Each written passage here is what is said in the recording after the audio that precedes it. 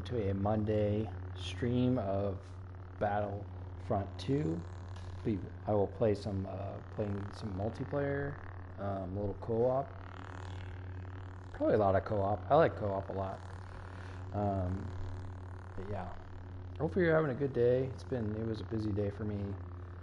I got to work off site a little bit, so that was kind of nice. Not too often that I go elsewhere to work.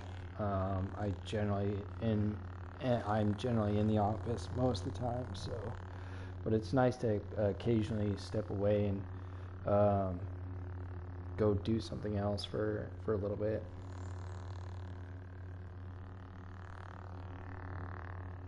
Yeah.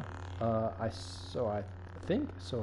think I have one subscriber, which, I mean, for me that's pretty amazing. I think it's kind of like a little bit of it's not a little bit, it's a milestone. I think, it's somebody out there said, I don't know who this person is. I was trying to look for them like on their my channel and see who it was, but it wouldn't tell me. But anyway,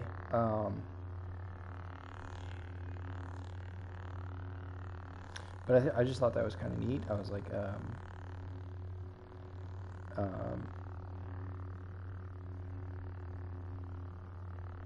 I wish I could see how you could see who that person was, but anyway,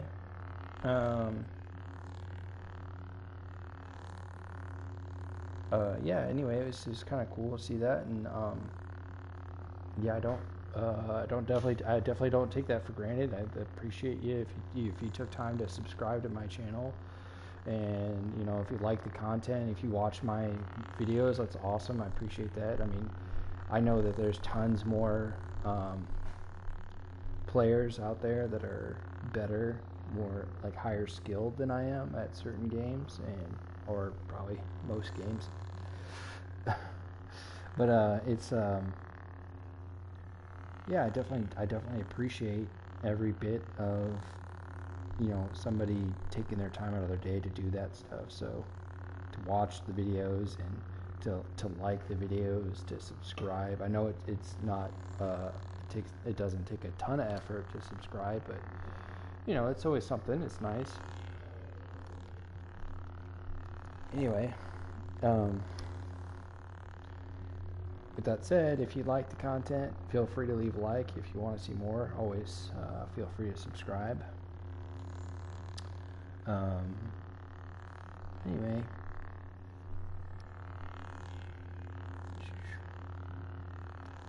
it was kind of like a pretty busy, I walked that back. Let me walk that back. It wasn't that busy. I'm looking back, it wasn't that busy this weekend. As far as nothing too exciting happened, which is okay. I like kind of pretty much at home and hanging out.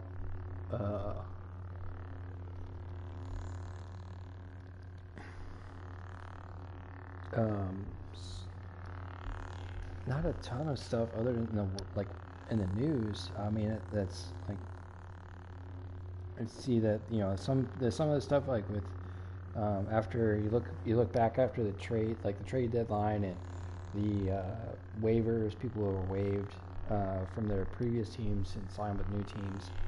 It doesn't seem like they're some of the big names that have kind of been waived, specifically like Kevin Love or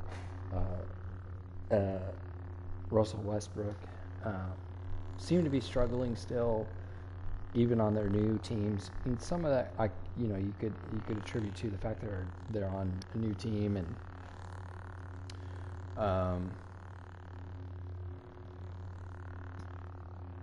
but I don't like it when they say newscaster, or it seems like they're attributing 100% of so in Russell Westbrook's case, it doesn't I think it's a little unfair to say that it's 100% his fault that they had lost so many games, since him joining. I mean, it's still a team game, and you still have some of the two premier players on your roster. I mean, so regardless of if he's underperforming, here's your two guys. You have Kawhi Leonard, a champion, a multi-time champion. Not only multi-time, but he's a champion on two different teams. He's there. And then you got Paul George, who's he's not a champion, but he's definitely a high caliber player. So some of this stuff has got to be, the blame has got to be landing on coaching staff, and teammates. I mean, and I'm sure there's probably some blame to go towards Russell Westbrook too. The guy's he's got to perform. He's a top tier. At least I still think he's top tier player in the NBA.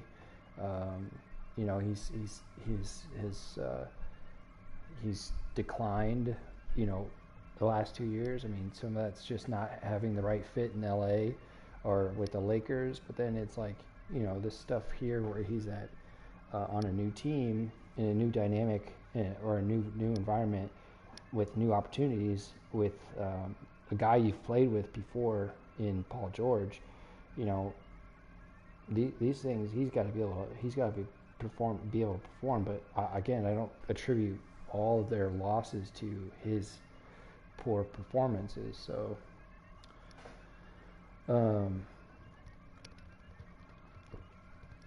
then Kevin Love, it's kind of like you get this brand new opportunity. It kind of goes with both of them, like Kevin Love and Russell Westbrook. They're just not making their shots.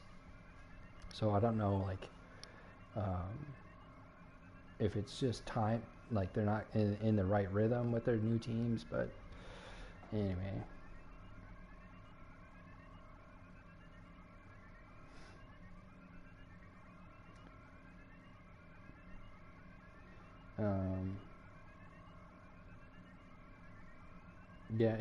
And it's shaping, like the playoffs are shaping up pretty quickly here as far as who's going to be in and out. I mean, we're getting pretty close to where we're getting pretty close to the end of the season. So let's see, Western Conference. Not a ton of surprises. Although I would think that the Suns would have been higher position wise, but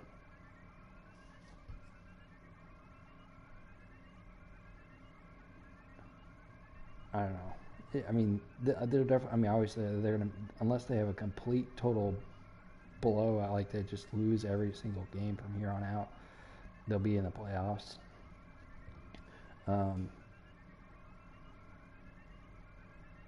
I really could see the Lakers sneaking into the play-in tournament. Either the Pelicans or Jazz. I mean, if the Clippers keep playing bad, then they might be on the bubble. But the Rockets, they're just done. The Rockets, I'll state the obvious. The Rockets and the Spurs, they're just out. Even though they haven't been officially eliminated from playoff contention, unless there's some miraculous come out of nowhere kind of winning streak that's amazing, that they beat blowing people out, all this stuff. It doesn't look like any team has currently, according to the NBA's little playoff picture, they haven't marked anybody as clinched a playoff berth, even though let's see, that's how many games? 80. We're at looks like 65, 20, what, 82 games, 17 games left. 17. Let's see. The Spurs are at. Let's see. 17 games. 17 plus. Yeah, all these like the current existing teams would have to like I guess it could happen. I suppose. I don't know. It seems unlikely, but it seems unlikely that the Spurs and the Rockets could pull off a miraculous comeback. Eastern Conference. Not a ton of surprises here. Actually, I take that back. The Bulls, I mean, they've had a lot of injuries this year, and it seems kind of like that's a team that's kind of like, wow, they were in the playoffs last year, and this year, injuries and probably some other stuff that's happened that's caused them to fall out. But I still have time. So if they got 17 games left, to push to, they're not too far out of to the play-in tournament. So haven't quite lost. Shouldn't lose hope yet. But the Pistons, again, it would be a miracle if they pulled it off. And then the Hornets seem like they could, if they turn their stuff around, they might maybe sneak in, but unlikely. But UFC stuff, it was good to see John Jones back in. I guess I don't know. I'm not really a big UFC person. I'll watch it occasionally, but I more watch the highlights. I haven't watched like a full pay-per-view event in ages. I just can't, like, there's not really that much there. I'm not very invested in the fighters as much. But I do watch, like, if there's like a person that I'm like, oh, I like that person, I'll Google the results the next day. It's good to see John Jones back in, although, like, it's kind of like also, man, if he had just stayed out of trouble, stayed out of all these issues, like failing the drug test, and then he had a hit and run, I think. The guy would have been like like, I'm sure people would say he's like kind of a no-brainer for greatest of all time, but like I feel like all those little things, like where it took him out of the sport for a little bit, and it tarnishes his record to me. Like, I mean, especially when you fail the drug tests and you do the hit and run, it's just kind of like it feels a little like it tarnishes his status. But I don't believe in just throwing him out completely. If he it seems like he's he just won this weekend, and he stayed out of trouble. So I don't think there's like, I think he has plenty of time to change that trajectory, at least for me. Like, oh, okay, you didn't get popped for performance enhancers, and you didn't have any legal troubles. Like, you're good. Like, but anyway.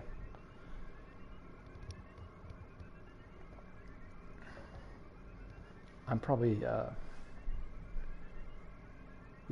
like when it comes to like other sports out of like just the generic basketball, football, and that's probably about it.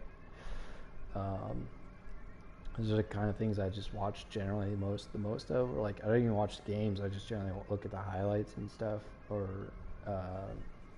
see stats, and yeah. But I probably am like the most uneducated person when it comes to like other sports. So I don't know, but I like them. I enjoy it. I just don't watch it a lot. Let's see here. Let's go ahead and get in some co-op. Hope you're having a good day.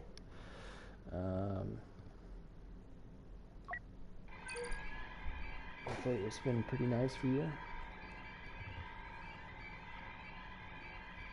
And if not, hopefully tomorrow is better for you.